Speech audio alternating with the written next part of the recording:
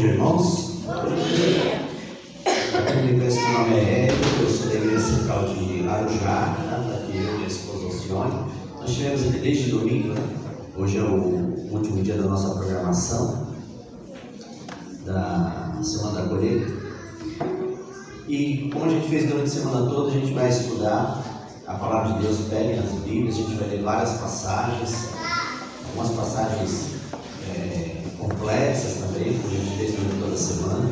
Durante essa semana a gente iniciou ali estudando a respeito da morte de Jesus na cruz, a gente estudou a respeito da igreja verdadeira e a sua doutrina, né? A gente passou ali por 53 capítulos da Bíblia, a gente estudou sobre os 10 mandamentos através das cidades de refúgio, né?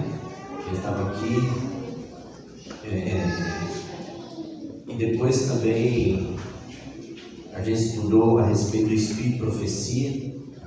E hoje a gente vai voltar lá na cruz, na cena da crucificação, e a gente vai estudar vários detalhes muito interessantes para a edificação da nossa fé. Então, esse sermão aqui, ele se baseia em Isaías 53, tá? Isaías 53 tem ali o sofrimento do Cristo, né? E ele se baseia também em alguns ensinos, algumas tradições judaicas. As tradições judaicas, elas não são bíblicas e elas servem simplesmente para ilustrar alguns acontecimentos, para a gente entender melhor algumas passagens bíblicas, tá? Então esse sermão se baseia em Isaías 53 e algumas tradições judaicas, que as tradições judaicas não são doutrinas da igreja, né? Não é bíblico, mas quando a gente estuda algumas tradições judaicas, a gente entende um pouco mais o contexto das escrituras, tá? A gente vai fazer uma viagem pela Bíblia. A gente vai carregar a cruz junto com Jesus e a gente vai descobrir algumas coisas, alguns pensamentos que passavam na cabeça de Jesus enquanto ele carregava a cruz em sentido ao Monte do Calvário. A Bíblia não tem um versículo que diga exatamente o que Jesus pensava, mas a gente vai ler várias passagens e a gente vai conseguir entender algumas coisas que se passavam na cabeça dele, alguns pensamentos que ele tinha enquanto ele carregava a cruz em sentido ao Monte do Calvário. Depois a gente vai passar pela cena da crucificação junto com Jesus. Depois a gente vai passar pela morte junto com Jesus. A gente vai guardar o sábado, porque mesmo morto, Jesus guardou o sábado. A gente vai ressuscitar com ele na primeira hora do domingo. E a gente vai aos céus na primeira hora do domingo, como Jesus foi, para ser entronizado. E lá a gente vai participar da festa da entronização. E depois a gente vai voltar a esse mundo junto com Jesus para entregar o galardão. O galardão é a vida eterna para os salvos e a morte eterna para os perdidos. E quando a gente vai descobrir também o que Jesus pensava e o que ele sentia enquanto ele estava pendurado na cruz do Calvário. E a gente, quando voltar com Jesus a esse mundo para entregar o galardão, a gente vai descobrir na Bíblia a respeito daquilo que Isaías chama de ato estranho de Deus. Isaías fala de um ato estranho de Deus quando Jesus voltar a esse mundo. A gente sabe que é a destruição dos ímpios, mas quando Isaías fala a respeito do ato estranho de Deus, Isaías está se referindo à destruição dos ímpios, mas também ele está se referindo a um sermão. Isaías chama de ato estranho de Deus um sermão que Jesus fará quando ele chegar a esse mundo. Jesus fez vários sermões. Ele pregou sobre amor, sobre fidelidade, ele pregou sobre perdão, ele pregou sobre salvação. Mas quando Jesus voltar a esse mundo para entregar o galardão, Jesus fará o seu último sermão, que Isaías chama de ato estranho de Deus. E a gente vai voltar a esse mundo com Jesus para entregar o galardão, e a gente vai descobrir qual é esse último sermão que Jesus fará quando ele voltar a esse mundo. O primeiro verso que a gente vai ler está em Isaías 50, verso 6. Isaías 50, verso 6, é uma descrição do martírio de Jesus, né? Antes da crucificação. Isaías 50, verso 6, diz assim: ofereci as costas aos que me feriam, e as faces aos que me arrancavam os cabelos. Não escondi o rosto aos que me afrontavam e me cuspiam. Olha só, esse verso diz que enquanto eles chicoteavam, martirizavam Jesus, né? A gente sabe que ele recebeu 2 sessões de 39 chibatadas, que ele oferecia as costas, né? Oferecia as costas aos que me feriam e as faces aos que me arrancavam os cabelos. A gente tem um instinto natural, né? Que quando você sente uma dor, por exemplo, você queima a mão numa panela quente, naturalmente você tira a mão. Mas a Bíblia diz que Jesus, enquanto ele levava as chibatadas, ele oferecia o corpo para receber as chibatadas, tá? Ele estava recebendo em nosso lugar. E aqui também, em algumas traduções, vai dizer assim, que ele oferecia o rosto enquanto lhe arrancavam as barbas. Enquanto os soldados martirizavam Jesus, outros soldados arrancavam as suas barbas com as mãos. Por que eles arrancavam as barbas de Jesus com as mãos? Porque naquela época, você tocar na barba de um homem era um sinal de grande ofensa, você tocando na sua masculinidade, faltando com respeito a ele, ou era um sinal de grande respeito. Se o homem permitisse que você tocasse na barba dele, é porque ele tinha um grande apreço por você. Enquanto eles martirizavam Jesus, os soldados arrancavam as barbas de Jesus com as mãos, ali tentando humilhar ele diante das pessoas, tentando tocar na sua masculinidade. Isaías 53, verso 2. Aqui descreve o martírio de Jesus. Porque foi subido como renovo perante ele, e como raiz de uma terra seca. Não tinha aparência nem formosura. Olhamos, mas nenhuma beleza havia que nos agradasse. Era desprezado e o mais rejeitado entre os homens, homem de dores e que sabe o que é padecer. E como um de quem os homens escondem o rosto, era desprezado e dele não fizemos caso. Certamente ele tomou sobre si as nossas enfermidades e as nossas dores levou sobre si. E nós o reputávamos por aflito, ferido de Deus e oprimido. Mas ele foi traspassado pelas nossas transgressões e moído pelas nossas iniquidades. O castigo que nos traz a paz estava sobre ele, e pelas suas pisaduras fomos sarados. Todos nós andávamos desgarrados como ovelhas, cada um se desviava pelo caminho, mas o Senhor fez cair sobre ele a iniquidade de nós todos. Ele foi oprimido e humilhado, mas não abriu a boca. Como cordeiro foi levado ao matadouro, e como ovelha muda perante seus tosqueadores, ele não abriu a boca. Por juízo o opressor foi arrebatado, e de sua linhagem quem dela cogitou? Porquanto foi cortado da terra dos viventes, por causa da transgressão do meu povo, foi ele ferido.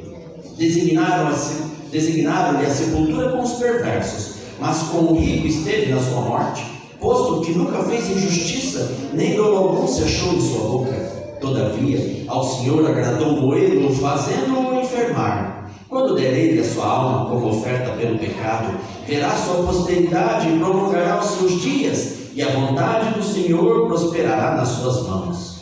Ele verá o fruto do penoso trabalho de sua alma e ficará satisfeito. O meu servo, o justo, com o seu conhecimento justificará a muitos, porque a iniquidade deles levará sobre si. Por isso, eu lhe darei muitos como a sua parte, e com os poderosos repartirá ele o despojo.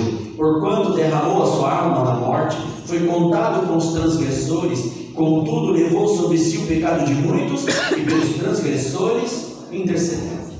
Olha só, esse sermão se baseia nessas passagens aqui, e como eu disse, algumas tradições judaicas.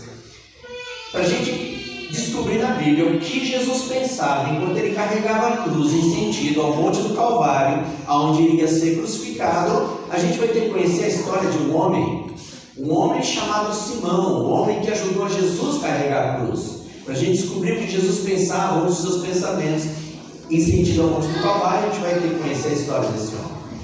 Abra suas Bíblias em Marcos 15, verso 21.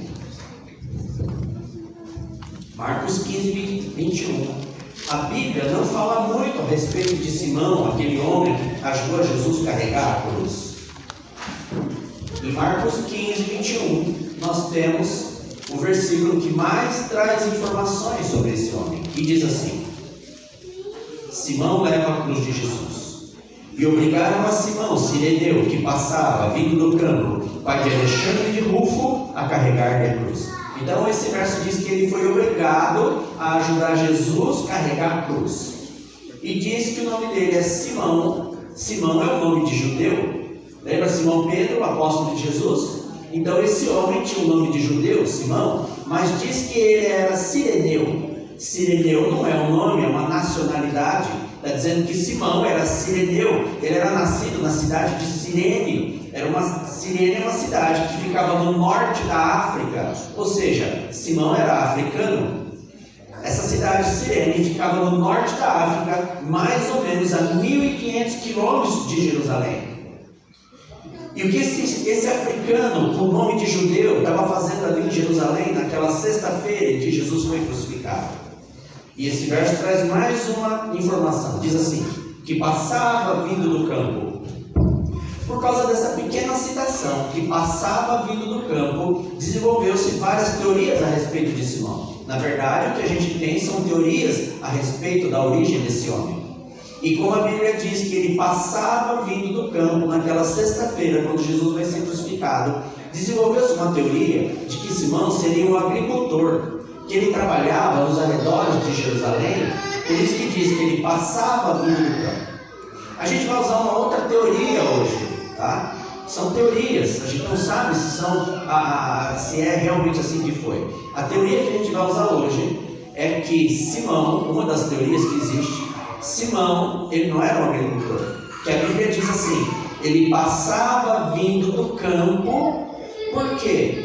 Porque essa citação quer dizer que naquela sexta-feira, quando Jesus estava carregando a cruz, sentido ao Monte do Calvário, que Simão entrou na cidade de Jerusalém, pela porta que dava em sentido ao campo. E por que a Bíblia está citando esse detalhe, que ele entrou pela porta que dava em sentido ao campo? Porque por essa mesma porta, Jesus sairia carregando a cruz em sentido ao Monte do Calvário. Ou seja, o destino dos dois estava cruzado. Eles se encontrariam no meio do caminho. E esse verso diz também que Simão era pai, ele tinha 2 filhos. Um se chamava Alexandre e o outro se chamava Rufo. Lembra desse nome? Rufo. E ele foi obrigado a ajudar Jesus a carregar a cruz. Mas olha só, como explicar um africano com nome de judeu? Como explicar que esse africano que nasceu a 1.500 quilômetros de distância, ele estivesse ali naquela sexta-feira em Jerusalém, quando Jesus ia ser crucificado? Para a gente entender isso, porque ele tem um nome de judeu, porque esse africano tem um nome judeu, o que ele estava fazendo ali em Jerusalém naquela sexta-feira da crucificação, a gente vai ter que ler a instituição da Páscoa, Êxodo 12. Abra suas Bíblias em Êxodo 12. Quem era Simão? O que ele estava fazendo ali em Jerusalém? Esse africano com o nome de judeu. Olha só, o povo de Deus ficou escravizado no Egito durante 400 anos. E vocês lembram que Deus mandou cair 10 pragas sobre o Egito, para que o Egito libertasse o povo de Deus. A instituição da Páscoa é a queda da última praga, da 10ª praga. A 10ª praga no Egito é que o anjo da morte passaria sobre o Egito e mataria todos os primogênitos do Egito. Essa é a instituição da Páscoa. Páscoa, Passover, né? Fechar significa passar por cima. Então o anjo veio e passou por cima das casas do povo, que é do povo de Deus, e não matou o primogênito do povo de Deus. Por isso que se chama Páscoa. Vamos ver a instituição da Páscoa em Êxodo 12, verso 3. Olha o que Deus diz. Falai a toda a congregação de Israel, dizendo: aos 10 deste mês, cada um tomará para si um cordeiro, segundo a casa dos pais, um cordeiro para cada família. Verso 5. O cordeiro será sem defeito, macho de 1 ano, podereis tomar um cordeiro ou um cabrito. Verso 7. Tomarão o sangue e o porão em ambas as ombreiras, e na verga da porta, na casa em que o comerei. Verso 11. Desta maneira o comereis, lombo cingido, sandália nos pés e cajado na mão. Comereis à pressa, é a Páscoa do Senhor. Porque naquela noite passarei pela terra do Egito, e ferirei na terra do Egito todos os primogênitos, desde os homens até os animais. Executarei juízo sobre todos os deuses do Egito. Eu sou o Senhor. O sangue vos será por sinal nas casas em que estiverdes. Quando eu vir o sangue, passarei por vós, e não haverá entre vós praga destruidora, quando eu ferir a terra do Egito. Este dia vos será por memorial, e o celebrareis como solenidade ao Senhor. Nas vossas gerações o celebrareis por estatuto perpétuo. Olha só, aqui foi a instituição da Páscoa. Deus disse assim: à meia-noite vai passar o anjo da morte, ele vai passar, matar todos os filhos primogênitos. Aí ele diz para o seu povo: vocês vão pegar um cordeirinho macho de 1 ano sem defeito, vocês vão sacrificar esse cordeirinho, vocês vão comer a carne desse cordeiro, junto com as suas famílias, junto com os seus vizinhos, mas o sangue não. O sangue vocês vão recolher numa bacia, e vocês vão pegar um maço de isopo. Isopo é uma planta veludada, esponjosa, tá? Vocês vão fazer um maço de isopo, pegar o sangue e passar no umbral da porta e da janela da sua casa. Quando o anjo da morte vier matar os primogênitos, quando ele vê o sangue na porta e na janela, ele vai passar por cima dessa casa e não vai matar o primogênito. Essa foi a instituição da Páscoa. E aí, vocês perceberam aqui que quando o anjo da morte passasse, ele ia matar o primogênito dos animais também.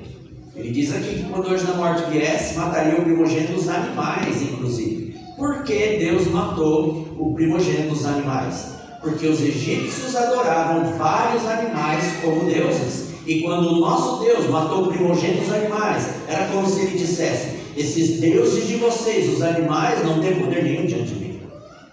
E aí vocês lembram que o anjo da morte veio e matou o filho mais velho de Faraó, do primogênito do Faraó. Por que Deus matou o primogênito do Faraó? Porque o Faraó era adorado como um Deus. E quando o nosso Deus matou o seu filho mais velho, era como se ele dissesse: esse Deus de vocês, o Faraó, não tem poder nenhum diante de mim. E essa foi a instituição da Páscoa, a morte dos primogênitos. Mas no verso 14, Deus deu uma ordem ao seu povo. Olha o que ele disse: este dia vos será por memorial, e o celebrareis como solenidade ao Senhor. Nas vossas gerações o celebrareis por estatuto perpétuo. Olha só, todos os anos eles tinham que realizar essa cerimônia, a festa da Páscoa. Isso aqui aconteceu mais ou menos uns 1500 anos antes de Cristo. Foi instituída a festa da Páscoa. 1500 anos antes de Cristo. Mais ou menos 3500 anos antes da nossa era, foi instituída a festa da Páscoa. E os israelitas, todos os anos, eles realizavam essa cerimônia, e ela foi se transformando lentamente numa grande tradição religiosa dos judeus.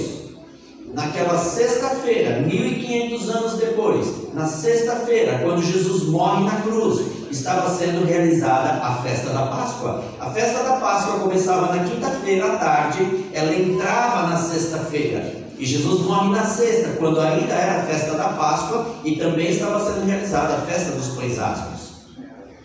No sábado não tinha festa, e no domingo era realizada a festa das primícias. Por isso que Jesus tem que ressuscitar no domingo, pegar os primeiros ressuscitados que ressuscitaram com ele e levar aos céus diante do trono de Deus. Esse é o símbolo da festa das primícias. Então naquela sexta-feira, quando Jesus vai morrer na cruz, ali em Jerusalém, estava sendo realizada essa festa, a festa da Páscoa. Acredita-se, tá? São hipóteses, que em Jerusalém viviam talvez de 10 a 100 mil pessoas, dentro da cidade e nos arredores da cidade. Mas na festa da Páscoa, todos os judeus tinham uma tradição, que eles, uma vez na vida pelo menos, eles tinham que peregrinar a Jerusalém e assistir a festa da Páscoa. Acredita-se que naquela sexta-feira da morte de Jesus, estavam em Jerusalém judeus vindo de todas as partes do mundo. Entre 2,5 milhões a 4 milhões de judeus estavam ali para participar da festa da Páscoa, para assistir o sacrifício do Cordeiro Pascal. Olha só, mas como explicar um africano com o nome de judeu? E por que ele estava ali naquela sexta-feira? Provavelmente ele peregrinou, Simão peregrinou do norte da África até Jerusalém para participar dessa festa da Páscoa. E ele chegou ali naquela sexta-feira, quando Jesus vai ser crucificado. E ele entrou na cidade de Jerusalém pelas portas que dão em sentido ao campo. A mesma porta pela qual Jesus sairia carregando a cruz do Calvário. Porque Jesus foi crucificado do lado de fora da cidade. Existe uma outra hipótese para a origem de Simão. Abra suas Bíblias em 2 Crônicas 9. 2 Crônicas 9. Existem várias teorias a respeito da origem de Simão. Mas essa que a gente vai ler aqui é uma das mais aceitas. Inclusive, ela é vivida lá em Israel até hoje. Tá? Essa tradição que nós vamos ler. Isso aqui que a gente vai ler é quando Salomão, em 2 Crônicas 9, era o rei de Israel. Quando Salomão era o rei de Israel, o reinado de Jerusalém, ele atingiu seu ápice, se tornou um reino, um dos mais poderosos, um dos mais ricos, sob o comando de Salomão. Salomão, cheio do Espírito Santo, em determinado momento, ele era conhecido como o homem mais sábio da terra. Outras nações, ouvindo da fama de Salomão, eles viajavam até Jerusalém para conhecer esse rei, a grande sabedoria dele. E aí um dia, lá no norte da África, num reino chamado Sabá, uma rainha africana ouviu falar da sabedoria de Salomão. Isso aqui aconteceu 1000 anos antes da crucificação. 1000 anos antes, Salomão reinava, e lá no norte da África chegou a sua fama, e uma rainha, ela viajou do norte da África, de Sabá até Jerusalém para conhecer Salomão. E olha o que aconteceu, 2 Crônicas 9, verso 1. Tendo a rainha de Sabá ouvido a fama de Salomão, veio a Jerusalém prová-lo com perguntas difíceis, como em grande comitiva, com camelos carregados de especiarias de ouro em abundância e pedras preciosas. Compareceu perante Salomão e lhe expôs tudo quanto trazia em sua mente. Salomão lhe deu resposta a todas as perguntas e nada lhe houve profundo demais que não pudesse explicar. A rainha de Sabá veio até Jerusalém, de tanto ouvir da fama, da sabedoria desse rei, e ela trouxe várias perguntas difíceis para Salomão. Mas Salomão, a essa altura, era um homem cheio do poder do Espírito Santo. Não houve uma pergunta que ele não respondesse com grande sabedoria.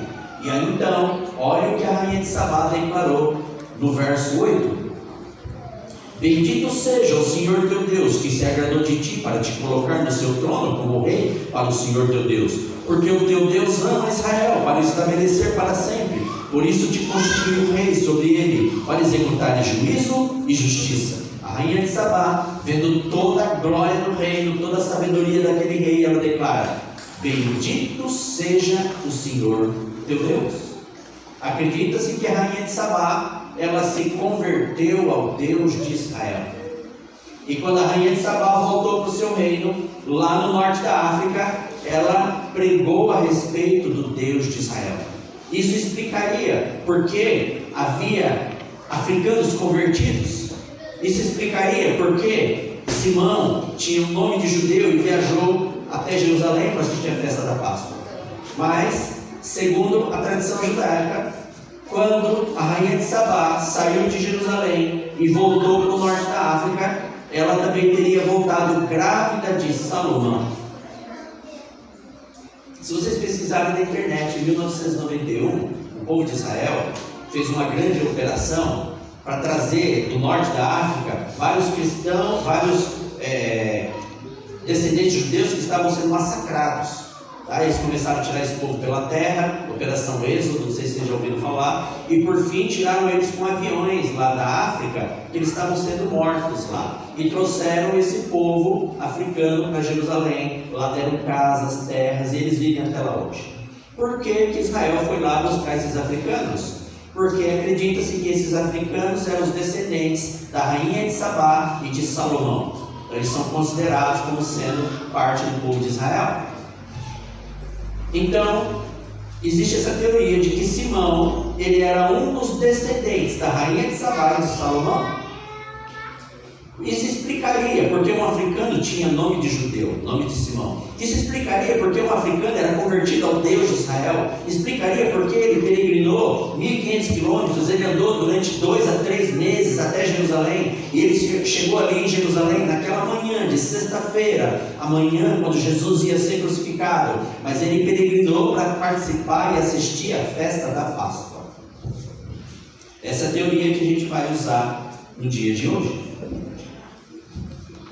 Mas como era essa cerimônia da Páscoa, que os judeus vinham de todas as partes do mundo e pela tradição deles, pelo menos uma vez na vida, eles tinham que peregrinar a Jerusalém e participar dessa cerimônia, uma tradição judaica. Olha só, nós não sabemos exatamente como era essa cerimônia, tá? Que eles vinham assistir. Não era o sacrifício no templo. O sacrifício no templo ele acontecia todos os dias realmente, mas existia uma cerimônia em que eles sacrificavam o cordeiro pascal, simbolizando o cordeiro da Páscoa que Deus ordenou a Moisés 1500 anos que eles fizessem. Como que era essa cerimônia? Tem um braço do judaísmo messiânico que eles explicam mais ou menos como era essa cerimônia que os judeus viajavam até Jerusalém para assistir. E essa cerimônia aconteceria na sexta-feira, quando Jesus também seria crucificado. Abra suas Bíblias em João 8, 18, 12. Como era essa cerimônia que Simão viajou 1500 quilômetros para assistir, que milhões de judeus estavam ali naquela sexta-feira para assistir também. Evangelho de João 18,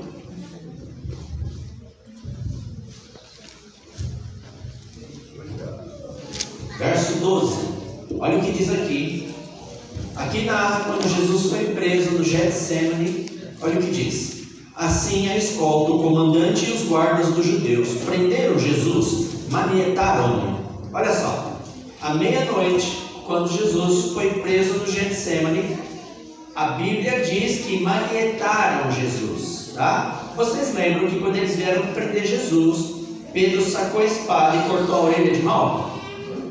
Por esse motivo, manietar significa limitar os movimentos.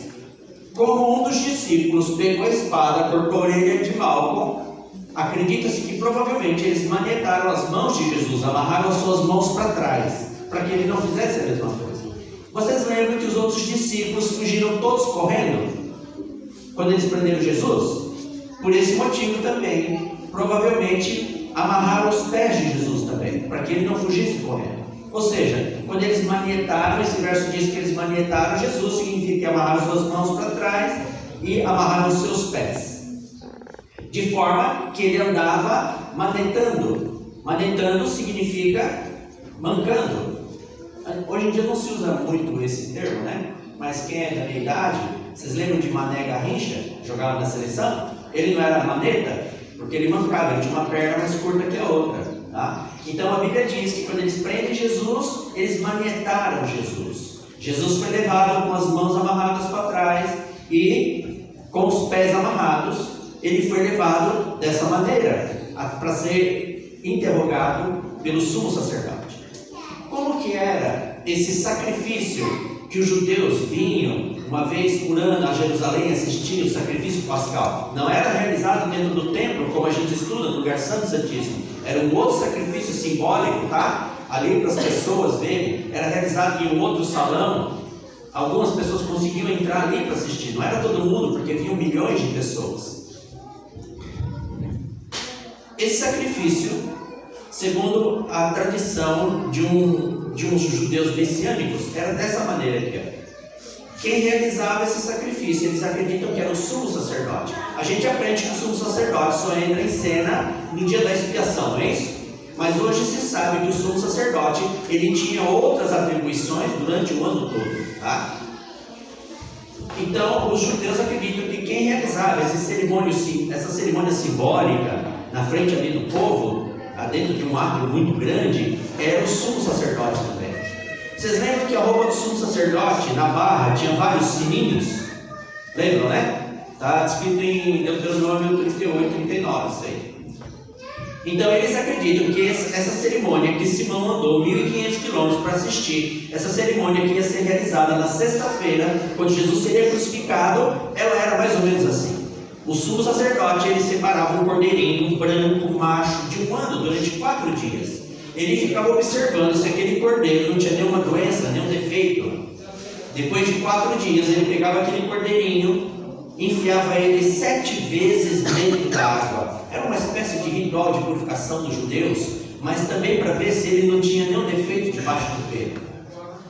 E aí então, nesse átrio enorme onde acontecia esse sacrifício do Cordeiro Pascal, tinha um altar de sacrifícios muito alto, e lá em cima o sumo sacerdote sacrificava esse cordeiro.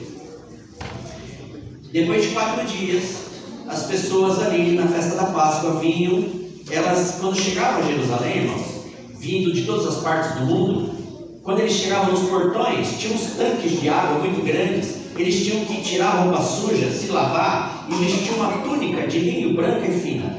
Todos os instantes tinham que se vestir com essa túnica. E eles iam tentar entrar nesse átrio para assistir o sacrifício do Cordeiro Pascal. Por quê? Porque ninguém com as vestes sujas podia ficar diante do Cordeiro Pascal. Por isso que eles se lavavam antes. Assim também será nos céus. Ninguém vai ficar diante do Cordeiro de Deus Jesus Cristo com as vestes sujas de pecado, não é isso? E 4 dias depois que o sumo sacerdote analisou esse cordeirinho, ele pegava esse cordeiro na frente de todo mundo e ia andando em direção ao altar de sacrifícios. Quando ele subisse lá, ele sacrificaria o cordeiro na frente de todo mundo. E o sumo sacerdote, ele fazia o seguinte: ele pegava o cordeirinho, ele pegava a sua mão esquerda, fechava a mão esquerda, colocava aqui no meio da coluna, porque a mão esquerda era um símbolo de justiça para os judeus. Ele pegava o cordeirinho pelo pescoço e pendurava o cordeirinho pelo pescoço nesse braço aqui, assim. De modo que o cordeirinho vinha pendurado pelo pescoço nesse braço aqui do sumo sacerdote. E a cada passo que o sumo sacerdote dava em direção ao altar de sacrifício, ele manetava a perna. A cada passo que ele dava, ele manetava a perna esquerda. Ele dava outro passo e ele manetava a perna esquerda. Por que ele manetava a perna esquerda? Porque cada vez que ele manetava a perna esquerda, os sinos tocavam, anunciando o início do sacrifício. E ao mesmo tempo que ele manetava a perna esquerda com esse braço, ele dava um tranco no pescoço do cordeiro. Ele dava outro passo, manetava a perna esquerda e dava um tranco no pescoço do cordeiro. Então o cordeirinho ia pendurado pelo pescoço, ia recebendo vários trancos no pescoço durante todo o trajeto. Por quê? Porque a Bíblia diz que o cordeiro perfeito, ele morre mudo. Durante todo o trajeto, o sumo sacerdote testava o cordeirinho, ele ia dando trancos no pescoço do cordeiro. E o cordeiro não podia berrar. Se ele berrasse, ele não servia para o sacrifício, porque a Bíblia diz que o cordeiro morre mudo. Então ele ia manetando a perna esquerda, assim como Jesus foi manetado no Getsemane, e ele dava um tranco no pescoço do cordeiro. Ele manetava a perna esquerda, dava um tranco no pescoço do cordeiro, e quando ele chegava em cima do altar de sacrifício, as pessoas vindas de todas as partes do mundo, vestidas de branco, elas se espremiam ali próximo do altar de sacrifício. Então o sumo sacerdote pegava uma lâmina afiada e comprida e ele cortava a jugular do cordeiro. Quando ele cortava a jugular do cordeirinho, o sangue espirrava sobre o altar. E aí então, o sumo sacerdote com a mão esquerda, ele pegava as 2 pernas traseiras do cordeiro e levantava o cordeiro de ponta cabeça. A cabeça ficava para baixo e todo o sangue do cordeiro ia caindo sobre o altar. E aí o sumo sacerdote, ele começava a girar o cordeiro. Ele girava no sentido horário, que era um símbolo da eternidade. Ele girava o cordeirinho 7 vezes, que era um símbolo da perfeição. E na 7ª vez, todo o sangue já estava sobre o altar. E o cordeiro já estava morto. Ele deixava o cordeiro. E ele pegava um maço de isopo, uma planta esponjosa, veludada. E ele fazia assim com aquele maço de isopo. Espremia aquele maço de isopo. E aí ele ia até o sangue, sem tocar no sangue. Ele colocava um maço de isopo sobre o sangue e soltava o maço de isopo. Quando ele soltava o maço de isopo sobre o sangue do cordeiro, o maço de isopo fazia isso aqui, ó. Chupava o sangue. E aí então o sumo sacerdote pegava uma madeira comprida, enfiava no maço de isopo. E aí ele levantava o isopo ensanguentado para cima. E as pessoas lá embaixo, vestidas de branco, elas se espremiam os seus pés. Elas se chegavam mais próximas do altar de sacrifício. E o sumo sacerdote, com aquela madeira, onde ele levantou o maço de isopo, o sangue começava a escorrer pela madeira. E o sangue ia escorrendo pela madeira, até chegar na mão do sumo sacerdote. Quando o sangue tocava a mão do sumo sacerdote, ele começava a aspergir aquele sangue nas pessoas lá embaixo. E as pessoas lá embaixo queriam que caísse pelo menos uma gota daquele sangue. Elas vieram até ali, elas queriam que uma gota caísse na sua túnica branca, porque aí então elas tirariam aquela túnica branca, iam viajar de volta para a sua terra, e lá elas eram recebidas num grande banquete pela sua família. E ali eles contavam toda a história da sua peregrinação, e no final do banquete eles tiravam a túnica com a gota de sangue, e orgulhosos eles mostravam para as famílias, para os parentes, a gota de sangue do Cordeiro Pascal, que simbolizava que ele e sua família haviam sido libertos. Essa era a cerimônia da Páscoa. Olha só, Simão, um africano com nome de judeu, ele viajou 1.500 quilômetros até Jerusalém para assistir essa cerimônia, a cerimônia do Cordeiro Pascal. Quando ele chegou nos portões de Jerusalém, naquela sexta-feira pela manhã, ele entrou na cidade que estava em sentido ao campo. Quando ele entrou na cidade de Jerusalém para assistir essa cerimônia, ele viajou 2 a 3 meses andando a pé, atravessando os rios, desertos, florestas. E quando ele chegou em Jerusalém, ele olhou para o sol para ver as horas e ele pensou: cheguei a tempo de assistir o sacrifício do Cordeiro Pascal. Ele ficou feliz. Ele foi até um dos tanques, tirou a roupa suja da viagem e ele trazia na mochila uma túnica de linho branco e fino. Ele se lavou, pegou aquela túnica branca e vestiu aquela túnica branca. Aí então ele olhou para a cidade de Jerusalém. A cidade de Jerusalém é um morro, e ele viu o átrio onde ia ser realizado o sacrifício do Cordeiro Pascal. E Simão, feliz, porque ele estava ali, ele esperou a vida toda para participar dessa cerimônia. Ele pegou e rapidamente ele foi caminhando pelos corredores estreitos de Jerusalém em sentido ao átrio para assistir o sacrifício do Cordeiro. Mas quando Simão virou em uma esquina, ele se deparou com uma multidão que vinha em sentido a ele. Era uma multidão diferente. Eles gritavam, eles xingavam, amaldiçoavam, ao mesmo tempo eles davam gargalhadas. E quando Simão viu naquele corredor estreito, aquela multidão vindo em sentido a ele parou. Ele se assustou. E logo ele pensou na sua roupa branca, porque se ele sujasse a roupa, ele não podia entrar no átrio para assistir o sacrifício do Cordeiro. E aí Simão teve que tomar uma decisão. Ele pensou: o que eu faço? Eu atravesso aquela multidão, parece uma briga aquilo. E se sujar a minha roupa, eu não vou poder assistir o sacrifício do Cordeiro Pascal? Eu andei 1.500 quilômetros, esperei a vida toda para isso. Aí ele pensou: eu volto para trás, desisto de tudo? Mas Simão, ele pensou o seguinte: não, eu vou fazer o seguinte, eu vou parar aqui, eu vou esperar toda aquela tribulação passar, e quando eles passarem, eu vou seguir o meu caminho. Muitas vezes na vida da gente também acontece assim. Você está vivendo sua vida, estudando, trabalhando, frequentando a igreja, e de repente você se depara com uma coisa que parece ser maior do que você: um câncer, a morte de um parente, um crime na sua família.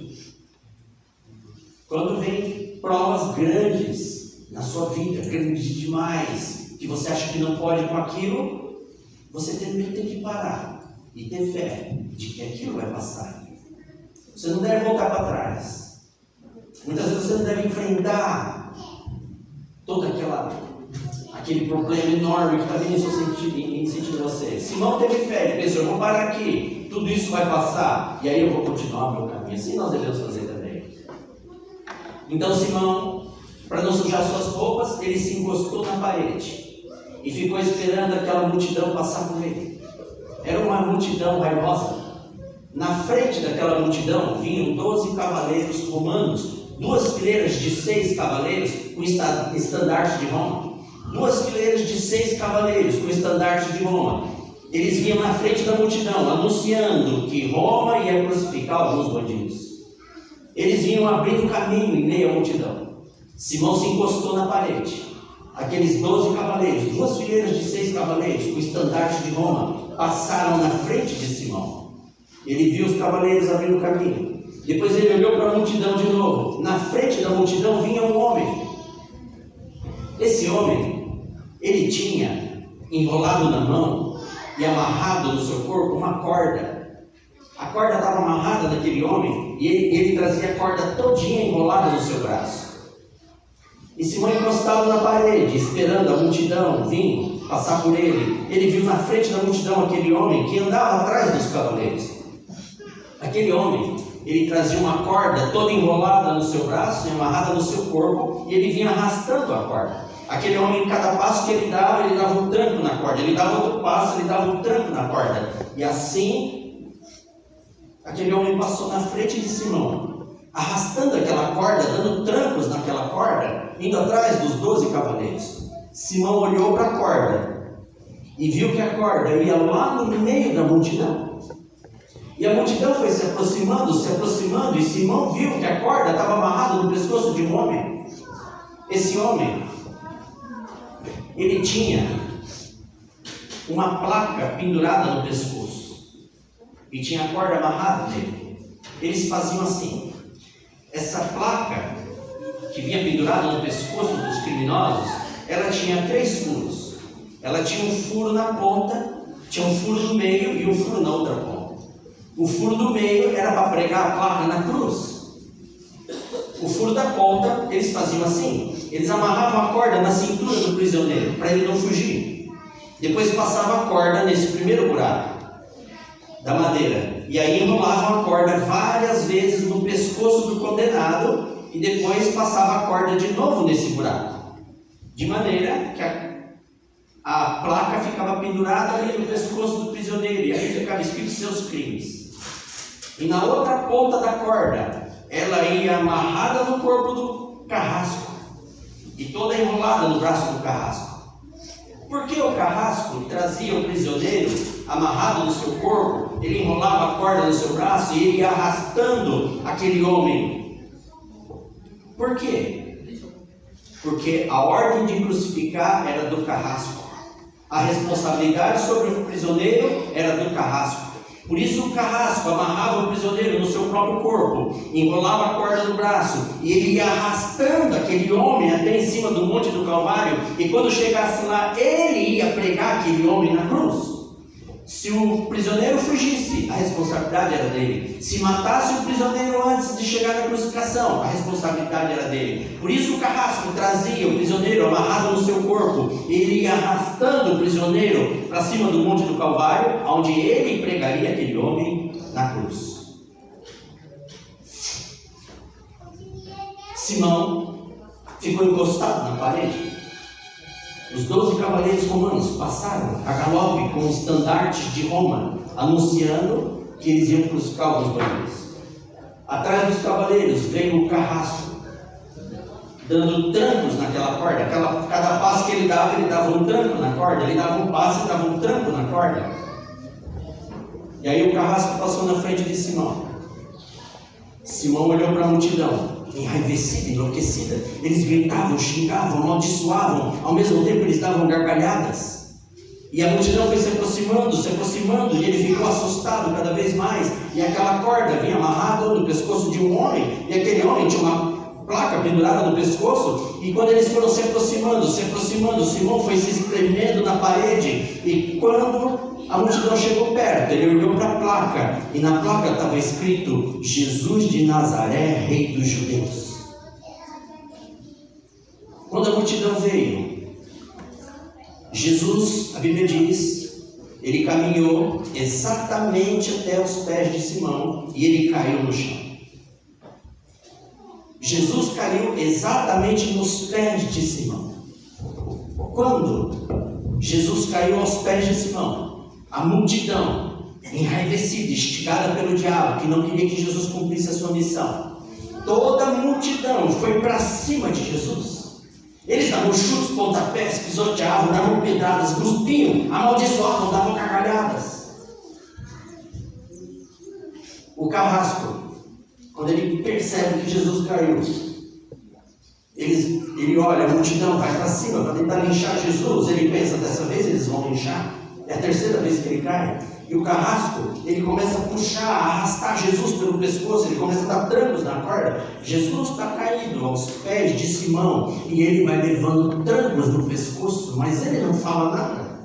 Assim como o cordeirinho, a lágrima escorria dos olhos dele, mas ele ficava mudo.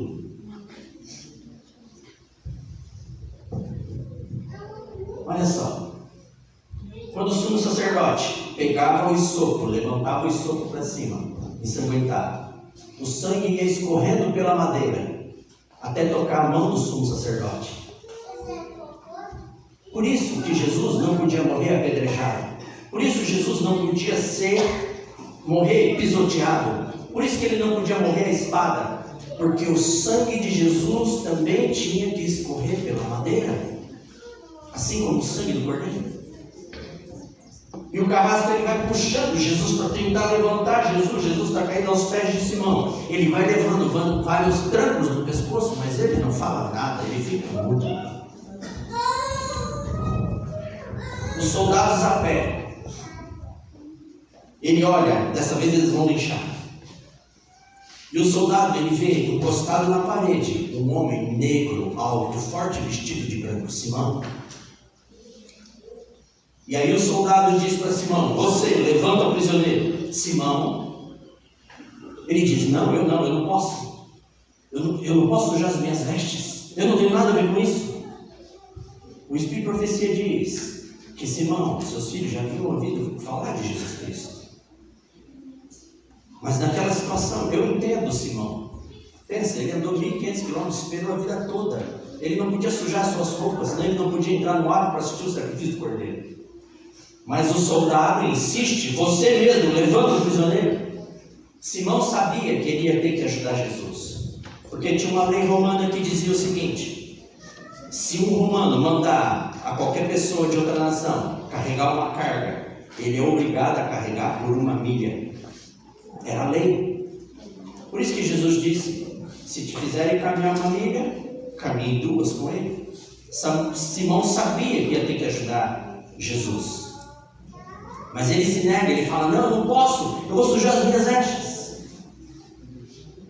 Eu entendo Simão, porque um dia eu fui lá no centro de Guarulhos, lá tem um calçadão muito grande, passa muita gente, milhares de pessoas, cheio de lojas.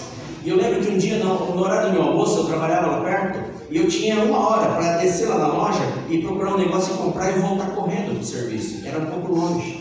E eu lembro que eu fui no calçadão, e milhares de pessoas indo e voltando ali, eu procurando na loja, e eu lembro que tinha um senhor sentado pedindo esmola. Aquele senhor, ele cortou a barra da calça dele até aqui em cima, e ele abriu a calça assim, porque a perna dele, irmãos, era dessa grossura, era pus e sangue, cheio de feridas. Então ele estava sentado ali mostrando a perna, e com uma latinha ele estava pedindo esmola. E eu lembro, eu era recém-convertido. E quando eu vi aquele homem, a perna dele escorria pus e sangue, cheirava carne podre, e aquele sangue, aquela pus, atravessou assim o calçadão. E ele sentado ali, pedindo esmola. E as pessoas tinham que pular aquilo ali, porque fedia muito. E eu lembro que quando eu vi aquele senhor, eu pensei: meu Deus do céu, olha esse cara, ele está morrendo na nossa frente. Ele está derretendo em pus e sangue diante dos nossos olhos. Olha o que nós nos tornamos. A pessoa estava derretendo em sangue e pus ali na frente da gente, pedindo esmola com uma latinha. Olha o que nós nos tornamos. E eu fiquei pensando: meu Deus do céu, alguém precisa ajudar esse homem. Ele está morrendo na nossa frente. Ele está derretendo em sangue e pus. Alguém precisa ajudar esse homem. Olha a situação dele. Meu Deus do céu, ninguém vai fazer nada. Eu não posso, porque eu tenho hora para voltar, eu estou na hora do almoço, mas alguém podia fazer alguma coisa, não é isso? Assim é também dentro da igreja. Muitas vezes a gente vê irmãos passando dificuldades, desempregados, às vezes não tem onde morar, às vezes não tem onde comer, e a gente pensa: ainda bem que tem a Adra, ainda bem que tem a asa. A salvação não é através da Adra nem a asa, a salvação é individual, é obrigação de cada um de nós ajudar os irmãos. Eu entendo Simão. Ele falou: eu não tenho nada a ver com isso, eu não posso. Mas aí o soldado colocou a mão na espada e disse: é você mesmo, levanta o prisioneiro. Simão se abaixou para ajudar Jesus, Jesus fez uma coisa estranha. Quando ele se abaixou, Jesus colocou uma mão em cima de uma pedra, a outra mão ele colocou no ombro de Simão e eles se levantaram. Eles não conversavam nada. E aí então, Simão foi ajudando Jesus a carregar a cruz até em sentido ao Monte do Calvário. Aí aconteceu João 19, Evangelho de João, capítulo 19. Olha o que aconteceu.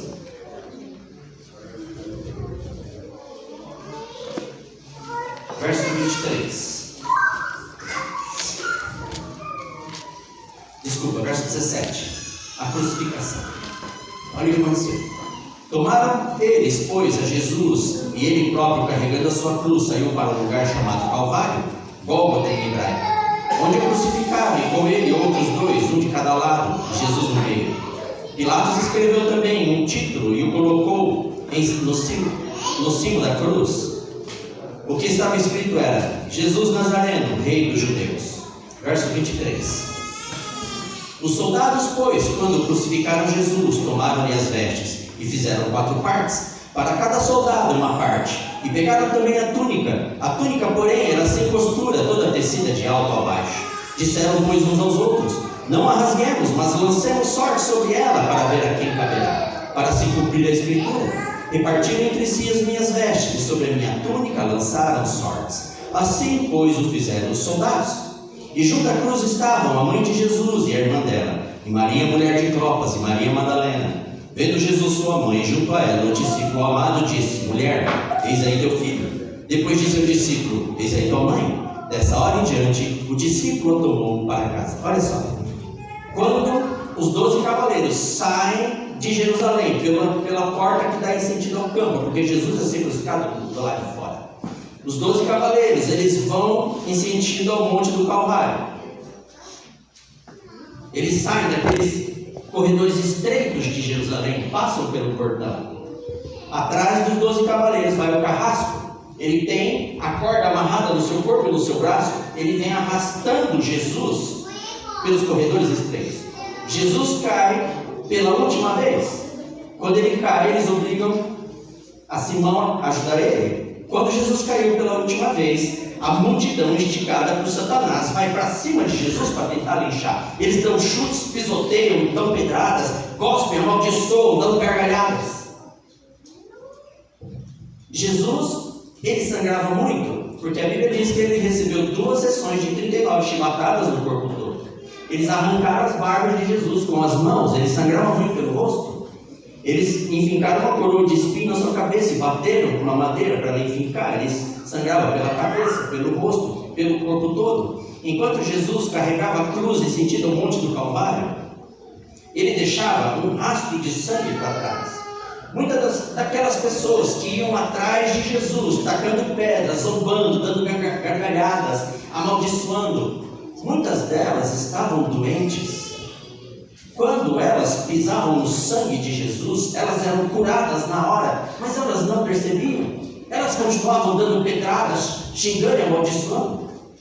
Pelas suas pisaduras fomos sarados.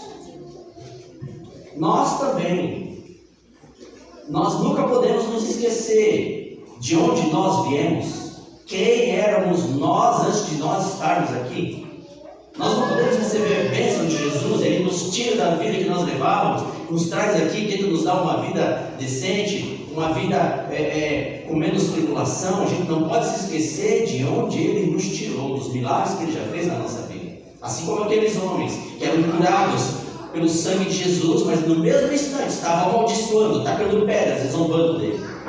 Por isso a Bíblia diz: pelas suas pisaduras fomos sarados. O carrasco vinha arrastando Jesus. Simão ajudou Jesus a se levantar. Quando os cavaleiros chegaram no Monte do Calvário, é um monte baixo, eles fizeram uma fileira, os 12 cavaleiros. Eles pararam, fizeram uma fileira e viraram. E ali os 12 cavaleiros pararam, esperando o carrasco trazer Jesus. Quando o carrasco vem puxando Jesus pelo pescoço, a multidão vem atrás, o carrasco chegou na frente dos 12 cavaleiros, ele parou. Quando ele parou, os 12 cavaleiros deram uma volta e foram para trás de Jesus e seguraram a multidão. Por quê? Porque Jesus agora ia ser crucificado no Monte do Calvário. Durante a crucificação, ninguém podia subir o Monte do Calvário. A multidão não podia subir o Monte do Calvário, porque a crucificação era horrível. Os crucificados gritavam de dor e de terror. Se a multidão subisse o Monte do Calvário, eles podiam criar uma revolta, iniciar uma revolução. Então os 12 cavaleiros deram uma volta, foram para trás de Jesus e seguraram a multidão. Os soldados a pé, o carrasco, foram puxando Jesus pelo pescoço até em cima do monte. E quando eles chegaram em cima do Monte do Calvário, foi o que aconteceu em João 19, 23. Vamos ler de novo. Olha o que aconteceu quando eles chegaram em cima. Os soldados, pois, quando crucificaram Jesus, tomaram-lhe as vestes e fizeram 4 partes, para cada soldado uma parte. E pegaram também a túnica. A túnica, porém, era sem costura, toda tecida de alto a baixo. Disseram, pois, uns aos outros: não a rasguemos, mas lancemos sorte sobre ela, para ver a quem caberá, para se cumprir a Escritura. Repartiram entre si as minhas vestes, e sobre a minha túnica lançaram sortes. Assim, pois, o fizeram os soldados. E junto à cruz estavam a mãe de Jesus e a irmã dela, e Maria, mulher de Clopas, e Maria Madalena. Vendo Jesus sua mãe junto a ela, o discípulo amado disse: mulher, eis aí teu filho. Depois disse ao discípulo: eis aí tua mãe. Dessa hora em diante, o discípulo a tomou para casa. Quando os soldados a pé chegam em cima do Monte do Calvário, a Bíblia diz que eles rasgam as roupas de Jesus, dividem em 4 partes entre eles. Mas quando os soldados rasgaram as roupas de Jesus, um soldado viu que por baixo Jesus usava uma túnica. Era uma túnica feita de um único fio, tecida de alto a baixo. Era uma túnica que tinha um certo valor. Quando eles rasgaram as roupas de cima, o soldado viu a túnica valiosa. Ele disse assim: eu quero essa túnica. O outro disse: não, eu que quero. O outro disse: não, calma, não vamos rasgar, vamos jogar sorte para ver quem fica com ela. Eles tiraram a túnica de Jesus, deixaram ele nu e foram jogar sorte para ver quem ficava. E aí então, Jesus não foi crucificado coberto, como a gente vê nas imagens por aí. Jesus foi crucificado nu. Ele tinha que ser humilhado diante das pessoas. E eles pegam Jesus e começam a pregar ele na cruz, nu, pelado. Um dos soldados, ele desceu o Monte do Calvário. Ele foi até onde estavam os 12 cavaleiros, a multidão. E aí ele gritou assim: tem algum parente de Jesus aqui? Uma mulher levantou a mão e disse: eu sou Maria, eu sou a mãe, você pode subir o monte. Tem mais alguém? Eu sou João, eu sou o primo, você pode subir o monte. Maria Madalena, Tiago, um por um, ele foi deixando os parentes, os amigos mais próximos subirem o monte. Por quê? Porque eles deixaram todos os parentes, os amigos mais próximos subir ao monte. Porque eles tinham que assistir à crucificação. Era um exemplo para eles, para que eles não cometessem os mesmos crimes. Então todos os parentes, os amigos mais próximos de Jesus foram autorizados a subir o monte e assistir à sua crucificação. Eles pregam Jesus na cruz, levantam ele nu, pelado, diante dos seus parentes e amigos e começam a zombar dele. E aí eles despedem Simão. Simão olha para o sol para ver as horas. Já não dá mais tempo de eu assistir o sacrifício do cordeiro. Ele fica aí desolado. Ele olha para a roupa dele, suja de sangue e terra. Simão, ele tira aquela roupa suja, veste a sua roupa de viagem e ele volta para a sua terra. 1.500 quilômetros. Quando ele chega de volta na sua terra, a sua família está esperando ele com um grande banquete. Antes de voltar para a sua terra, ele vê Jesus agonizando na cruz. Ele vê Jesus orando pelos seus inimigos. Ele vê Jesus sendo crucificado no meio de 2 ladrões. Ele vê Jesus ser sepultado na sepultura de um homem rico. Quando ele chega na sua casa, desolado, a sua família feliz, querendo que ele conte a história da sua peregrinação, os vizinhos, os parentes estão todos ali, e ele começa a contar. Eu fiz tudo certo, eu fui até lá, eu cheguei lá no dia certo, na hora certa, mas quando eu cheguei lá, Roma estava crucificando alguns bandidos, e me fizeram ajudar um deles a carregar a cruz. Aí ele tirou a túnica ensanguentada, cheia de sangue e terra, e disse: ele me sujou todo de sangue e terra, e eu não pude assistir o sacrifício do cordeiro pascal. Depois que crucificaram ele, diz que ele se dizia ser o rei dos judeus. Crucificaram ele no meio de 2 ladrões. Quando ele morreu, tiraram o corpo dele e sepultaram ele na sepultura de um homem rico. Enquanto ele contava a história, seu filho Rufo disse assim: pai, essa história que o senhor está contando é do Messias, é do Cristo. Isaías 53, pai. Esse sangue que está na sua túnica, ele não é do cordeiro pascal, é do Messias, do Cristo. A partir daquele dia, aquela família saiu pelo norte da África pregando que o Cristo havia chegado. Como que eu sei disso? Romanos 16. Em Romanos 16, Paulo está agradecendo a todos os estrangeiros que estavam pregando o Evangelho por todas as partes do mundo. Em Romanos 16, no verso 5, ele está agradecendo: saudai Priscila e Áquila, meus cooperadores em Cristo Jesus. No verso 6, ele continua agradecendo: saudai Maria, que muito trabalhou por vós. Verso 7, saudai Andrônico e Júnias. Verso 8, saudai Ampliado. Verso 9, saudai Urbano. Verso 10, saudai a Pérez.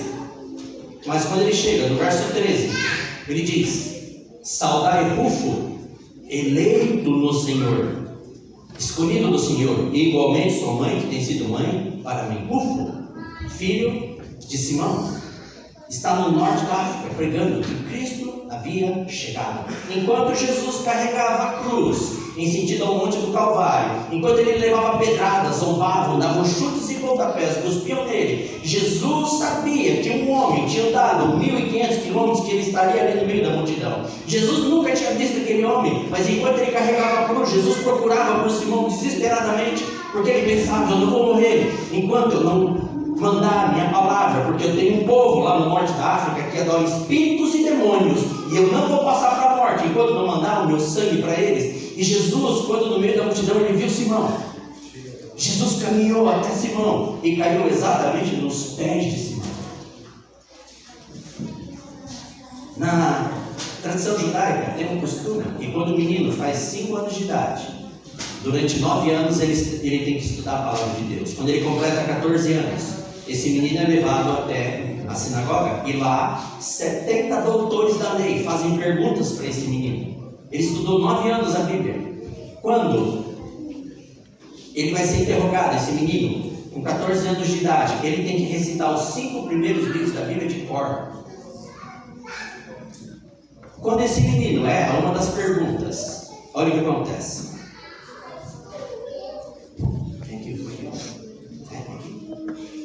Quando esse menino erra uma das perguntas dos 70 especialistas da lei, um dos 70 se levanta, vai até o menino e dá a mão para o menino. Está representando o menino, tá?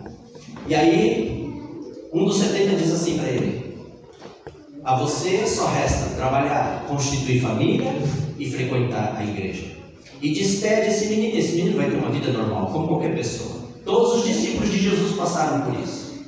Mas quando o menino acerta todas as perguntas, quando ele consegue recitar os 5 primeiros livros da Bíblia, um dos 70 se levanta, vai até o menino, coloca a mão direita no ombro do menino e diz: vem, segue-me, eu vou fazer de você um mestre, e você vai levar a palavra de Deus aos confins desse mundo.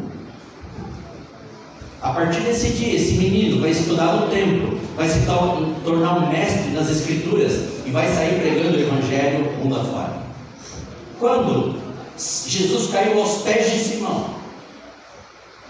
Simão se abaixou para ajudar Jesus. Jesus colocou uma mão sobre uma pedra e a outra mão ele colocou no ombro de Simão. Ele não disse uma palavra para Simão, mas era como se ele dissesse: vem, segue-me.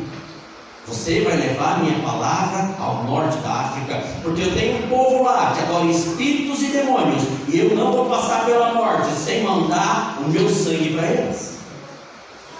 Ali Simão foi eleito por Jesus para levar a palavra de Deus, assim como seu filho Rufo, eleito no Senhor. Porque Jesus é Deus, Ele sabe de onde você veio, Jesus sabe o que você está vivendo agora. Ele sabe para onde você deve ir. Jesus conhece a nossa vida. Ele tem um plano para cada um aqui. Ele tem um lugar que você deve ir, que você deve habitar, que você deve levar a palavra de Deus. Enquanto Jesus carregava a cruz e sentido ao monte do Calvário, ele só pensava: eu tenho um povo do norte da África. E ele, quando achou Simão, caiu exatamente nos pés de Simão e elegeu Simão como seu representante para levar sua palavra no norte da África. Mas agora, Jesus está pendurado na cruz.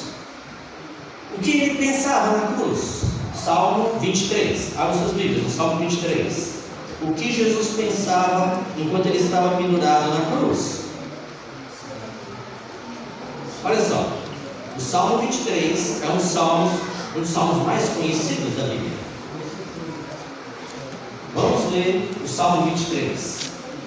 O Senhor é o meu pastor, nada me faltará. Ele me faz repousar em pastos verdejantes. Leva-me para junto das águas de descanso, refrigera minha alma. Guia-me pelas veredas da justiça, por amor do seu nome. Ainda que eu ande pelo vale da sombra da morte, não temerei mal nenhum, porque tu estás comigo. O teu bordão e o teu cajado me consolam. Preparas-me uma mesa na presença dos meus adversários. Unge minha cabeça com óleo, meu cálice transborda. Bondade e misericórdia certamente me seguirão todos os dias da minha vida, e habitarei na casa do Senhor para todo sempre. Olha só, o Salmo 23, ele é aceito por muitos teólogos, inclusive da nossa igreja, como sendo a descrição do sábado que Jesus guardou na sepultura. Por que o Salmo 23 é a descrição do sábado que Jesus guardou na sepultura? Olha o verso 2. Diz: ele me faz repousar, leva-me para junto das águas de descanso, refrigera-me a alma. E no final do verso 4, porque tu estás comigo. Fala de repouso, descanso, refrigério da alma e comunhão com Deus. Não é esse o fundamento da guarda do sábado? Sim, mas só por isso acredita-se que o Salmo 23 é a descrição do sábado que Jesus guardou na sepultura? Não, não é só por causa disso. É por causa do contexto. É por causa do Salmo 22. Salmo 22 descreve Jesus crucificado e ele morre. Salmo 23, Jesus descansa na sepultura. Salmo 24, ele ressuscita e vai aos céus. O que Jesus pensava enquanto ele estava pendurado na cruz? A gente leu ontem, vamos ler hoje de novo, Salmo 22. Olha o verso 1. Deus meu, por que me desamparastes? Jesus não disse isso aqui pendurado na cruz, irmãos. Isso foi o que ele disse, mas agora a Bíblia descreve o que ele pensava. Olha a continuação, olha o que ele pensava. Por que se acham longe de minha salvação as palavras de meu bramido? Deus meu, clamo de dia e não me respondes. Também de noite, porém não tenho sossego. Olha o verso 6, é Jesus pensando, pendurado na cruz. Mas eu sou verme e não homem, opróbrio dos homens e desprezado do povo. Todos os que me veem zombam de mim, afrouxam os lábios e me deiam a cabeça. Confiou no Senhor, livre-o ele, salve-o, pois nele tem prazer. Olha o verso 12, irmãos, é o que Jesus pensava, o que ele sentia enquanto ele estava pendurado na cruz. Verso 12. Muitos touros me cercam, fortes touros de Bazã me rodeiam. Contra mim abri a boca como faz o leão que despedaça e ruge. Derramei-me como água e todos os meus ossos se desconjuntaram. Meu coração fez-se como cera, derreteu-se dentro de mim. Secou-se o meu vigor como um capo de barro. A língua se me apega ao céu da boca. Assim me deitas no pó da morte. Cães me cercam, uma súcia de malfeitores me rodeia. Traspassaram-me as mãos e os pés. Posso contar todos os meus ossos? Eles me estão olhando, encarando em mim. Repartem entre si as minhas vestes, e sobre a minha túnica deitam sortes. Tu, porém, Senhor, não te afaste de mim, força minha. Apressa-te em socorrer-me. Livra minha alma da espada e das presas do cão a minha vida. Salva-me das fauces do leão e dos chifres dos búfalos. Sim, tu me respondes. Assim morreu nosso Senhor. Com esses pensamentos, com esses sentimentos morreu Jesus Cristo. Ele sentia como se vários touros estivessem pisoteando ele ao mesmo tempo, como se o leão estivesse rugindo e despedaçando a sua carne. Ele diz: eu tenho sede, minha língua está colada no céu da boca. Ele estava indignado, porque ele ali com dores à beira da morte, e eles ali disputando as suas roupas, indignado pela situação em que nós decaímos, até onde nós chegamos. Assim morreu Jesus. Ele morreu em dores, espantado, indignado, perplexo pela nossa maldade, vendo de tudo que nós somos capazes. Com esses pensamentos, esses sentimentos, morreu o nosso Senhor. Mas aí então, vem o santo sábado do Senhor, o refrigério. Porque o sábado foi criado por causa do homem Jesus. Depois que nossos pecados caíram sobre ele, massacraram Jesus na cruz, vem o descanso de Deus. E ele guarda o sábado na sepultura. O Salmo 23 é como se fosse um grito de desabafo de Jesus, depois de tudo que ele passou por nós, depois dos nossos pecados terem caído sobre ele, tirado a sua vida, como se Jesus dissesse: o Senhor é o meu pastor, nada me faltará. Ele me faz repousar em pastos verdejantes, leva-me para junto das águas de descanso, refrigera minha alma, guia-me pelas veredas da justiça. Ainda que eu ande pelo vale da sombra da morte, não temerei mal nenhum, porque tu estás comigo. O teu bordão e o teu cajado me consolam. Preparas-me uma mesa na presença dos meus adversários, unge a minha cabeça com óleo, o meu cálice transborda. Bondade e misericórdia certamente me seguirão todos os dias da minha vida, e habitarei na casa do Senhor para todo sempre. Jesus morre na sexta-feira, guarda o sábado na sepultura. Ele ressuscita na primeira hora do domingo, e quando ele ressuscita, ele vai aos céus. Salmo 24. Olha o que aconteceu. Verso 3: quem subirá ao monte do Senhor? Quem há de permanecer no seu monte, no seu santo lugar? E agora, os anjos que estão nos portões dos céus, no domingo, vêm ordens a eles. Olha o que diz o verso 7: levantai, ó portas, as vossas cabeças, levantai-vos, ó portais eternos, para que entre o Rei da Glória. E os anjos dos portões dos céus perguntam: quem é o Rei da Glória? O Senhor forte e poderoso, o Senhor poderoso nas batalhas. Levantai, ó portas, as vossas cabeças, levantai-vos, ó portais eternos, para que entre o Rei da Glória. E os anjos dos portões dos céus perguntam: quem é esse Rei da Glória? O Senhor dos exércitos, Ele é o Rei da Glória. Os portões do céu se abrem no domingo pela manhã, e Jesus ressuscita e ele entra nos céus para a cena da eternização. Jesus morreu na sexta-feira, 3 horas da tarde. Ele guardou o sábado na sepultura, e ele ressuscitou na primeira hora do domingo. E quando ele ressuscitou, ele foi aos céus. E a Bíblia descreve o exato momento que Jesus chegou aos céus. Apocalipse 4, verso 2. Apocalipse 4, verso 2. João, discípulo de Jesus, está tendo uma visão dos céus. Olha o que João viu, que aconteceu naquele domingo de manhã. Apocalipse 4, verso 2. Imediatamente eu mexi em espírito, e eis armado no céu um trono, e no trono alguém sentado. João vê um trono sendo armado nos céus. Irmãos, no céu tem um lugar santo e santíssimo, não é? Aonde foi armado esse trono no domingo pela manhã? Olha o verso 5, revela: do trono saem relâmpagos, vozes e trovões, e diante do trono ardem 7 tochas de fogo, que são 7 Espíritos de Deus. O trono foi armado na frente de 7 tochas de fogo. Aonde tem os candelabros com 7 tochas? No Santo ou Santíssimo? No Santo. O trono foi armado no lugar santo, é o trono de Deus Pai. No domingo pela manhã, o trono de Deus Pai foi armado no lugar santo, na frente do castiçal. Deus Pai saiu do Santíssimo numa carruagem de fogo e se assentou no lugar santo. Por quê? Porque é aqui que Jesus vai chegar, no domingo pela manhã. É uma cerimônia. Olha o que está acontecendo em volta do trono, enquanto Jesus não chega. Olha o verso 8.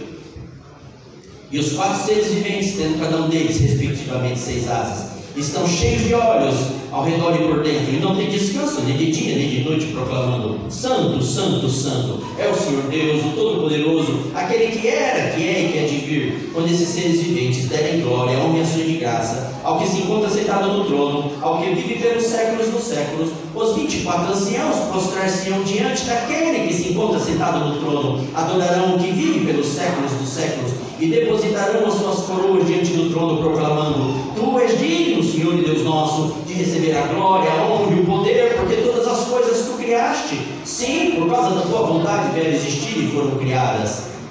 É uma grande cerimônia. O trono de Deus Pai foi colocado no lugar santo. Bilhões de seres estão lá. Todos os anjos, todos os representantes dos mundos não caídos viajaram até lá. Os nossos representantes também foram até lá, os 24 anciãos. Todos eles, representantes de todos os seres, de todos os planetas, eles estão em volta do trono de Deus, esperando a chegada de Jesus.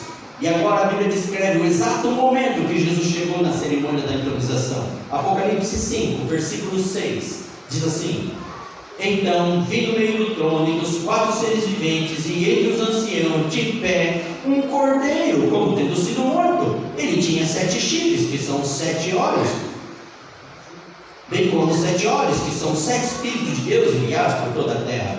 Veio, pois, e tomou o livro da mão direita daquele que estava sentado no trono. Olha só, é Jesus. Jesus entra nessa cerimônia. Ele vai em direção ao trono de Deus Pai, para tomar o livro selado com 7 selos. No Espírito Profecia narra essa cena.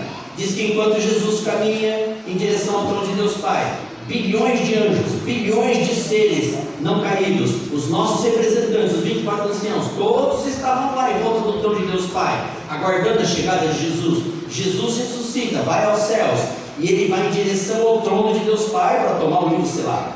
Enquanto ele vai em direção ao trono de Deus Pai, todos os seres viventes vão se prostrando aos pés de Jesus. E o Espírito de Profecia diz que se ouviu o tilintar das coroas dos anjos sendo arremessado aos pés de Jesus Cristo. Enquanto ele passava, os anjos se curvavam aos seus pés, jogavam suas coroas aos seus pés, e eles louvavam em uma só voz, no maior coral que já existiu no universo. Eles louvavam Jesus Cristo: Santo, Santo, Santo, é o Senhor Deus, o Todo-Poderoso, aquele que era, que é e que há de vir. A Ele toda a honra, glória, louvor e poder e sabedoria. Só Tu és digno, Senhor Deus nosso, de receber toda a honra, glória, louvor e poder. E Jesus chega diante do trono de Deus Pai, em meio a honras e glórias, e Ele toma o livro selado. E durante todas as eras, Jesus foi abrindo 7 selos. Cada selo que Jesus abriu, teve um acontecimento aqui na terra, no meio do seu povo. Quando Jesus abriu o último selo, o 7º selo, é o maior acontecimento no meio do seu povo, a própria volta de Jesus a esse mundo. E quando Jesus abriu o 7º selo, ele volta a esse mundo para entregar o galardão: vida eterna para os salvos, morte eterna para os perdidos. E quando Jesus chegar nesse mundo para entregar o galardão, ele vai fazer o seu último sermão, aquele que Isaías chama de ato estranho de Deus. Mateus 25. Quando Jesus chegar a esse mundo, ele vai pregar pela última vez aqui na terra o seu último sermão. Mateus 25, 31 diz assim: quando vier o Filho do Homem na sua majestade e todos os anjos com ele, então se assentará no trono da sua glória. Então ele chega com todos os anjos e ele faz a primeira parte do seu sermão para os salvos. Verso 34: então dirá ao rei aos que estiverem à sua direita: vinde, benditos de meu Pai, entrai na posse do reino que vos está preparada desde a fundação do mundo. Porque tive fome e me deste de comer, tive sede e me deste de beber, era forasteiro e me hospedastes, estava nu e me vestistes, enfermo e me visitastes, preso e fostes ver. Verso 40. O rei respondendo lhes dirá: em verdade vos afirmo que sempre que fizeste um destes meus pequeninos irmãos, a mim o fizestes. Então Jesus vai se voltar para o seu lado esquerdo e ele vai fazer a última parte do seu sermão aos perdidos, aquilo que Isaías chama de ato estranho de Deus. Verso 41. Então o rei dirá também aos que estiverem à sua esquerda: apartai-vos de mim, malditos, para o fogo eterno preparado para o diabo e seus anjos. Porque tive fome e não me deste de comer, tive sede e não me deste de beber, sendo forasteiro não me hospedastes, estando nu não me vestistes, achando-me enfermo e preso não fostes ver. Verso 45. Então lhes responderá: em verdade vos digo que sempre que deixaste de fazer um destes mais pequeninos, a mim o deixaste de fazer. Irão estes para o castigo eterno, porém os justos para a vida eterna. Olha só, Jesus não volta mais para pregar salvação. Ele não volta mais para apelar ao seu coração para que você se entregue a Ele. Jesus não volta mais para pregar sobre salvação, amor. Jesus volta somente para entregar o galardão: vida eterna para os salvos, morte eterna para os perdidos. Se nós estivermos do lado direito de Jesus, Ele vai dizer: vinde benditos do meu Pai. Mas se nós estivermos do seu lado esquerdo, ou se algum dos nossos familiares não tiver aceitado Jesus ainda, quando Jesus voltar, ele vai olhar nos olhos dessas pessoas e vai dizer: apartai-vos de mim, maldito. Não importa quem sejam essas pessoas. Pode ser a pessoa que você mais ama, pode ser o seu pai que você tanto ama, a sua mãe que você tanto ama, pode ser o seu filho que você ama, a sua filha que você tanto ama, pode ser a sua esposa ou o seu esposo. Se eles não estiverem aos pés de Jesus na sua volta, ele vai voltar, olhar nos olhos deles e vai dizer: apartai-vos de mim, maldito. Não importa quem eles sejam. Talvez naquele dia, quando Jesus voltar, olhar nos olhos das pessoas que a gente mais amou nesse mundo, nossos filhos, nossas filhas, nossa mãe, nosso pai, ou nossa esposa ou nosso marido, talvez naquele dia, quando a gente olhar e Jesus, quando a gente vê Jesus olhando nos olhos deles e dizer: apartai-vos de mim, maldito, para o fogo eterno, talvez a gente pense assim: eu devia ter falado mais de Deus, eu devia ter pregado mais a respeito de Deus dentro da minha casa. Agora é tarde. Talvez quando a gente vê Jesus olhando nos olhos das pessoas que a gente mais ama e proferindo essas palavras, a gente pensa assim: eu devia ter dado um testemunho diferente dentro da minha casa, eu devia ter dado um testemunho de um verdadeiro cristão dentro da minha casa. Agora é tarde. Agora todos eles se perderam. A boa notícia é que esse dia ainda não chegou. A boa notícia é que esse dia está na nossa frente. Nós ainda podemos dar um bom testemunho dentro das nossas casas.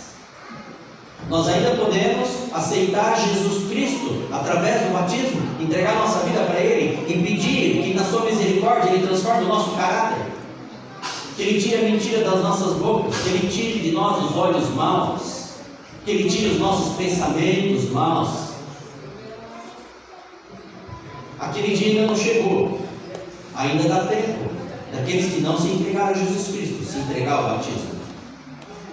Porque quando Jesus voltar a esse mundo, se nós não estivermos aos pés deles, Ele vai olhar nos nossos olhos e vai dizer aquelas palavras. Irmãos, eu disse que outro dia que eu tenho 8 anos que eu sou cristão. Na minha casa, minha mãe tem 89 anos, eu tenho uma filha de 25 anos, eu tenho irmãos e irmãs, mais velhos do que eu. 8 anos que eu sou cristão. Nenhum deles se converteu. Nenhum deles se rendeu a Jesus Cristo como meu testemunho. Por quê? Talvez o meu testemunho dentro de casa não seja um testemunho de um verdadeiro cristão. Talvez eles olhem para mim e pensem assim: você quer falar de Jesus para mim? Eu conheço você, eu sei quem você é. Nenhum dos meus se converteu a Deus, por isso que não tem nenhum deles aqui. A minha mulher já nasceu na igreja. Agora eu quero perguntar para vocês: por que os seus não estão aqui?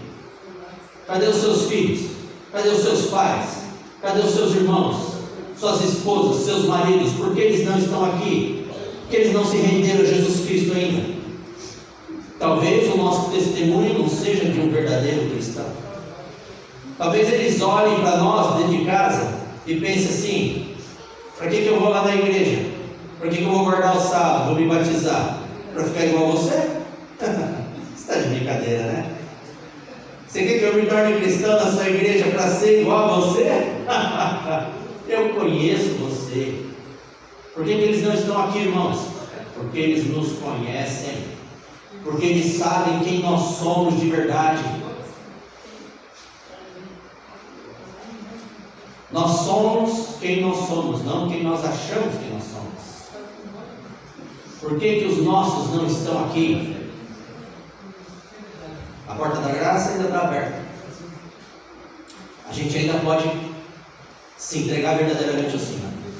A gente ainda pode clamar a Ele que Ele transforme quem nós somos. Nós podemos clamar a Jesus Cristo que Ele faça de todos nós um testemunho vivo dentro das nossas casas, para que o sacrifício dele na cruz não seja em vão. Quem aqui não gostaria de ser apontado pelos seus dentro da sua casa e eles dissessem: ali vai uma mulher de Deus? Eu não sei o que aconteceu, mas ela é uma mulher de Deus de verdade. Ali vai um homem de Deus de verdade. Eu não sei, olha como ele mudou. Não é mais estúpido, ignorante, não quer enfiar a verdade com ela abaixo. Olha, ela não é mais mentirosa, fofoqueira. Não fica mais falando mal de todo mundo, reparando na vida de todo mundo. Olha como elas mudaram, olha como ele mudou.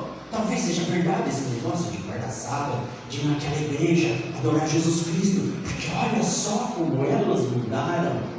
Quem aqui não gostaria de ser apontado dentro da sua casa pelos seus e eles dissessem: ali vai um homem de Deus de verdade?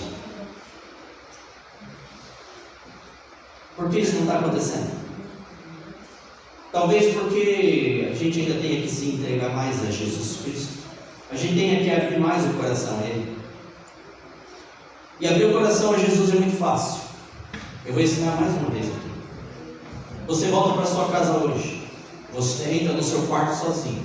Você fecha a porta. Você fecha os seus olhos. E você abre o coração a Jesus. E você fala: Senhor Jesus, olha para dentro do meu coração. Quantos sentimentos maus eu tenho.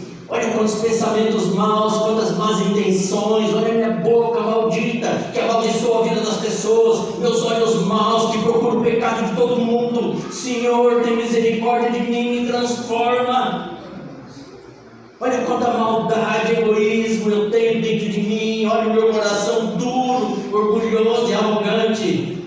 Tem misericórdia de mim, me transforma. Faz de mim um testemunho vivo do teu amor dentro da minha casa.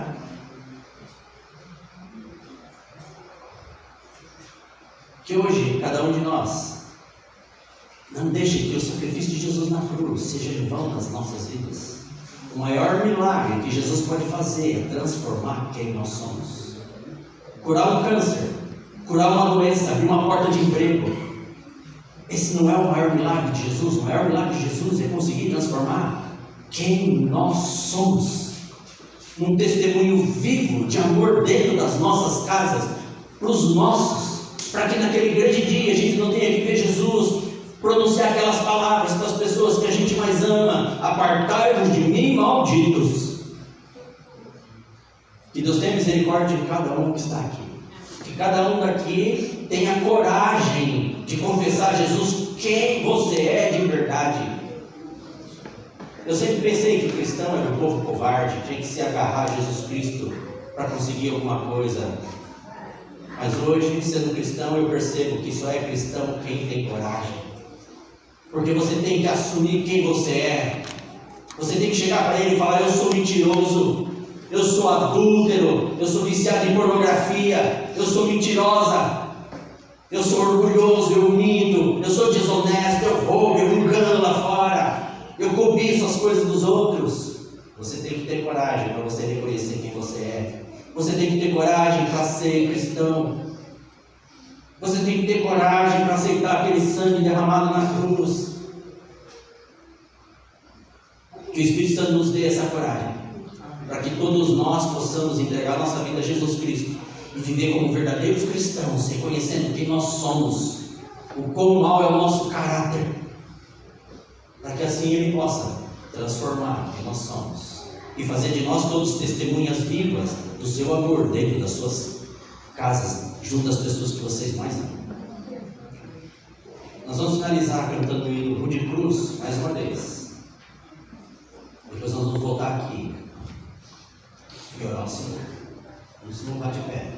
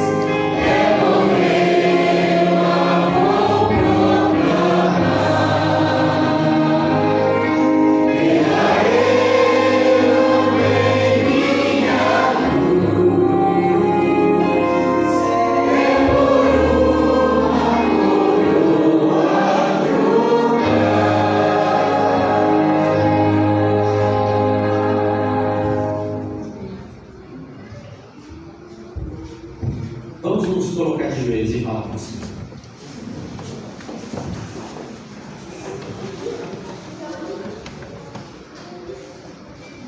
Senhor, nosso Deus, nosso Pai, muito obrigado, Senhor, pelo Teu livro sagrado. Muito obrigado por tantas verdades lindas e maravilhosas que o Senhor deixou revelado para essa Santa Igreja, Pai, para fortalecer a nossa fé, edificar a nossa fé, Pai. Senhor Jesus, nós queremos te agradecer pelo Teu sacrifício na cruz. Perdoa os nossos erros, os nossos muitos pecados. Envia sobre todos nós o Espírito Santo de Deus, que Ele venha quebrantar o nosso coração duro e orgulhoso, Pai. Que Ele venha fazer de todos nós pessoas mais simples e mais humildes, submissas à Tua palavra. Que Ele faça de todos nós pessoas simples e humildes, submissas, Pai, à Sua palavra. Faz de nós também, Pai, pessoas simples e humildes dentro das nossas casas. Faz com que a gente seja conhecido, Pai, pelo nosso amor, pelo nosso carinho, pelas palavras boas, Pai, dentro das nossas casas. Nos ajuda a dar um testemunho do Seu amor dentro das nossas casas, junto das nossas esposas, dos nossos maridos, dos nossos filhos, das nossas mães, irmãos e irmãs, Pai. Nos usa como um testemunho vivo do Teu amor dentro das nossas casas, quebrando o nosso coração duro e orgulhoso. Transforma o nosso caráter. Faz de todos nós pessoas mais simples e humildes, principalmente dentro das nossas casas. É o que nós pedimos e agradecemos em nome de Jesus Cristo. Amém.